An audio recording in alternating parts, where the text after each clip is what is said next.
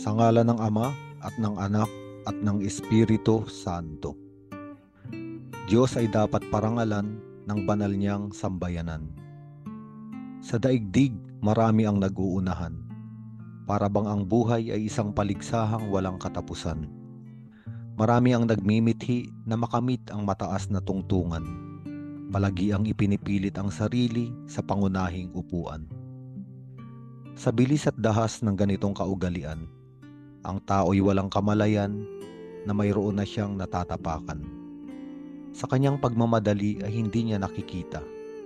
May mga maliliit na naroon sa ibaba, durog na at nagmamakaawa.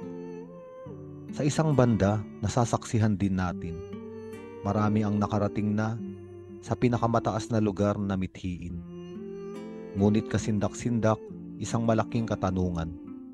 Pagtapos ng lahat ng pagpupunyagi, may mga taong sa tingin ng lahat ay naabot na ang tagumpay, ngunit kinuha pa rin ang sariling buhay. Ano ba ang mayroon o ano ba ang wala doon sa unang lugar na pinaglalabanan? Tanyag na upuang pinag-aawayan, isinusugal ang lahat upang mahawakan. Ito ba ay ang karangalang nais ng daigdig? Ito ba ay katanyagang marami ang may ibig? May malaking tanong sa lahat ng ito. Bakit gustong maabot ng tao? Bakit ibig makamit ng mundo? Sa mabuting balita ay may kakaibang katotohanan. Si Jesus ay nagsabing huwag nating kunin ang pangunahing upuan. Kung tayo may anyayahan sa isang hapunan, piliin ang lugar doon sa likuran. Sinabi rin ni Kristo sa tao, kung nais niyang maging una ay magpahuli siya. Kung nais niyang maging dakila, kinakailangang paglingkuran niya ang mga aba at ulila. Kaya nga pagtapos ng buhay sa sanlibutang ito, nararapat lamang sabihin ng tao, ako'y aliping walang kabuluhan. Ginawa ko lamang ang sa akin ay inaasahan. Kung gusto natin ng karangalan ng Diyos ang unang pagtuunan. Anumang mabuting nangyari sa ating kasaysayan, hindi tayo ang may gawa, kundi ang kanyang kapangyarihan. Ang tunay na dangal ay nasa isang nilalang na pinararangalan ng Panginoon sa kanyang buhay.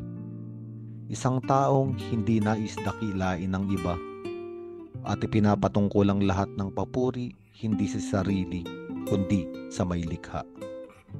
Ang karangalan, kapurihan, kaluwalhatian ng Diyos kay Jesus ay nahayag. Hindi niya inasam ang kaharian ng sanlibutan. Ang kanyang tanging karangalan ay tupdin ang kalooban ng amang nagsugo sa kanya upang iligtas ang sanlibutan. Ang lugar ni Kristo ay lugar ng kriminal. Krus na pinagpakuan ay para lamang sa mga taong gawain ay karumal-dumal. Hindi ito isang tungtungan ng taong walang kasalanan.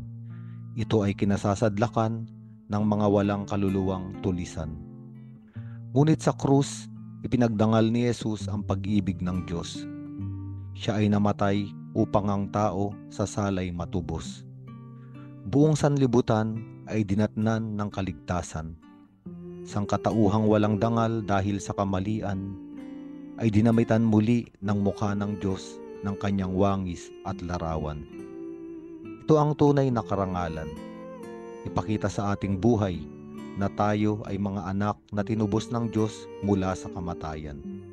Kaya ating isigaw, parangalan ng Panginoon, papurihan ng buong sanlibutan. Luwalhati sa Ama at sa Anak at sa Espiritu Santo. Kapara noong sa unang-una, ngayon at magpakailanman, at magpasawalang hanggan. Amen.